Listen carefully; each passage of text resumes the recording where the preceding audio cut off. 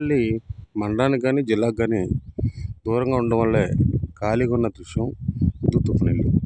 అదే ఇల్లులు ఇదే కొండ యువతలు కట్టుంటే బ్రహ్మాండంగా దిగేవారు. ఎందుకంటే జర్నీ తగ్గేది, అందరికీ బాగుండేది అని ప్రజలు వాపోతున్నారు.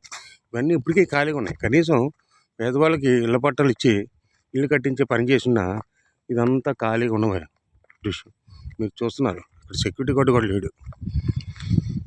అంటే టిట్కో ఇళ్ళకే పెట్టామనే దుస్థితిలో ఉంది ఇది. వాళ్ళు టైమింగ్ వేయటం మనకు అర్థం కాదు. మరి తుఫాను బాధితులు మాత్రం ఇక్కడ ఎటువంటి సెక్యూరిటీ లేదు. ఇది ఓన్లీ టిట్కోకే పెట్టినట్టుంది, కనబడతా ఉంది మిషనరీకి కాపలాగా. కానీ తుఫాను ఇల్లుకి మాత్రం కాపలా ఎక్కడ కనబడలేదు. అందుకనే వైర్లు అవి కూడా పోయిన దృశ్యం మనం చూసాం. ఇది సత్యనాపురం పంచాయతీ, అనకాపల్లి మండలం, అనకాపల్లి జిల్లా. ఇది దారి, ఈ తుఫానుకి వెళ్ళే దారి మరి చాలా దూరంగా ఉంది. ఇంకా దీని ముందునే 25 ఎకరాలు ఉంది ఈ కొండ కిందనే.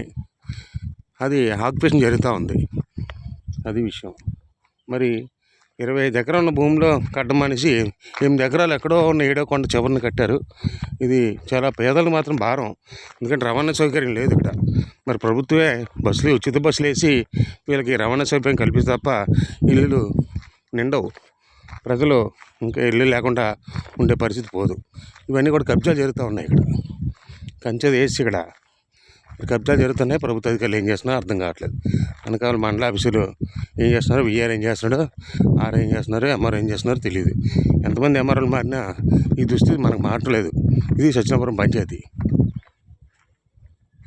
ఇది శ్మశాన వాటిక. ఎదురుగుంటూ ఉన్న భూమి ఇది 7వ కొండ. మధ్యలో ఉన్న భూమి అంతా కూడా కబ్జాలకు గురైంది. ఇది దృశ్యం. అనకాపల్లి మండలం, అనకాపల్లి జిల్లా.